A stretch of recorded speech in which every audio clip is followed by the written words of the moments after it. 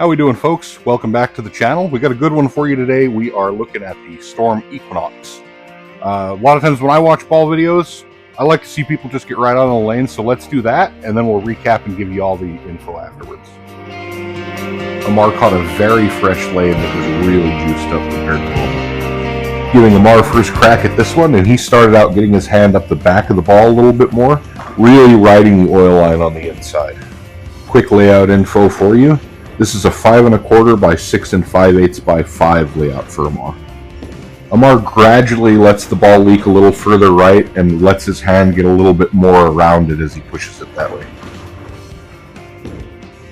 Getting the ball into that slightly outside zone without getting your hand around it is not a good combination on this longer oil pattern. Similarly, the Ion Pro is a little bit too clean for this part of the lane without adding the extra rotation. Amarr made the move in and opened the angle up, really letting the ball shape more off the outside.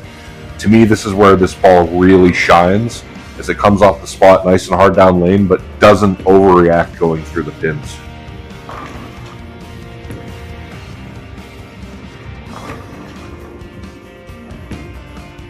This area of the lane really illustrates the difference in core strength between the two balls.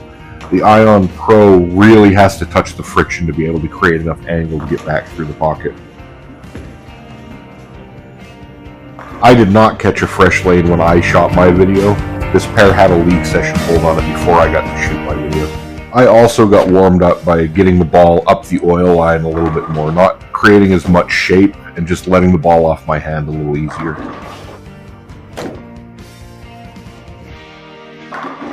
I had some footing issues and it took me a little bit longer to get used to the approaches, but once I did, I decided to open it up and see what the ball did when I got it a little more left to right as well.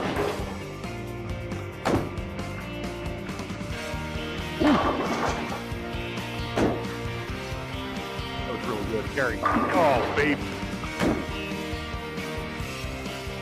This ball comes off the spot for me really well when I'm getting it out closer to the track. I just had to make sure I kept the speed up because when I got a little slow, it was a little quick. In retrospect, I probably could have been a little bit further left. One of the best things about the Phase AI is the color combination really shows you the motion of the ball. This one wants to rev up quite a bit sooner, and it smooths out because it gets forward quite a bit. Road Warrior is a weaker, cleaner ball, but it does give you a good pop down lane. It's definitely the ball I would transition into coming out of the Equinox. So just to recap, ball motion wise and what we really saw out there on the lanes, Amarr caught a really fresh lane that was playing tighter even than our normal house shot was for whatever reason that day. The lanes were really not hooking. I had a couple other people come in and complain before he went out to shoot about how much oil was out there. So for him, it's kind of nice because he's usually, even though he can generate so much ball speed, it's nice to not always have to just jam it into the friction as hard as you can and hope it doesn't overreact. So he definitely had more chances to kind of shape this one, use his hand, get it to roll, get it to create some different shapes. Things that a lot of people get to do on more higher volumes of oil. For Amarr, it doesn't happen as often because his rev rate's so high. So he ends up having to use his speed a lot more. So I know he definitely enjoyed being able to do that. For me, I caught a pair that had been bowled on for a league session. So they were kind of in the third game limbo. I think it might have been senior, so it wasn't as broken down as it could have been for sure. But this ball fit right in where I wanted it to. I mean, I could keep it up the oil line, be really direct into the pocket. It looked great. I could get it, shape it off the outside a little bit more. I just had to make sure that the speed wasn't too low, which is usually what I'm fighting. But I think I could have been a little bit further left as I probably should have tried being a little bit further left and seeing it shape a little bit more, but I was a little bit short for time to throw shots. But that's what I saw. I feel like this ball fits below some of the harsh reality pearl. It's more in kind of the origin area, maybe even a little bit less, but it's close. And I would say it doesn't start up as early as the origin does, but it gives you that same great continuous move down lane. And plenty of back-end hook. All right, so we got to get some good looks there at what the ball motion's looking like. Let's give you some of the numbers and particulars. So Equinox is RG of 2.48, differential of 0.054, so it's strong. PSA of 0.018, and it's a A1S Pearl is the name of the cover.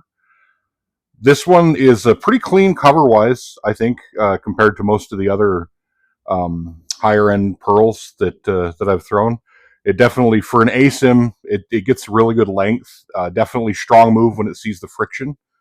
And then we compared it to the Phase AI. Phase AI has an RG of 2.47, so just a little bit lower.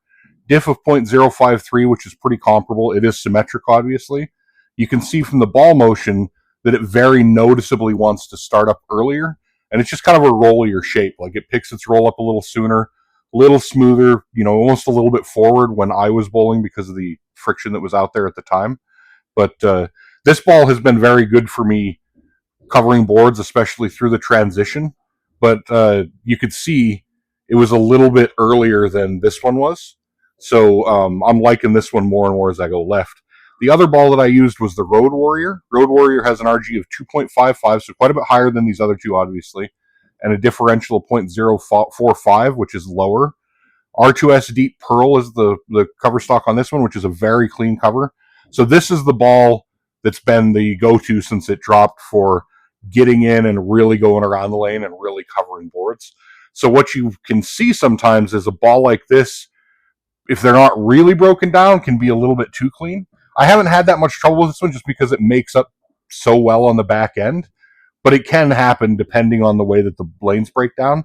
If you're in a place like I see here a lot, the back ends can stay tight when the fronts open up. So a ball like this is perfect in that situation because you get the stronger asymmetric move. It still retains energy really well. It's a little bit smoother than this one, obviously, but it also picks its roll up a little sooner. So the design intent behind this Equinox was house shot killer. And I definitely think this thing's going to kill house shots. I mean, it gives you all kinds of area, very consistent read. It continues really well. It doesn't go so sideways in the back end that you're leaving big crazy split combinations, but it's nice and strong and goes through the pins. So I also think it's definitely going to be useful on other patterns too. I mean, I know I've watched quite a bit of the PBA events and they're throwing quite a bit, a lot of the different guys.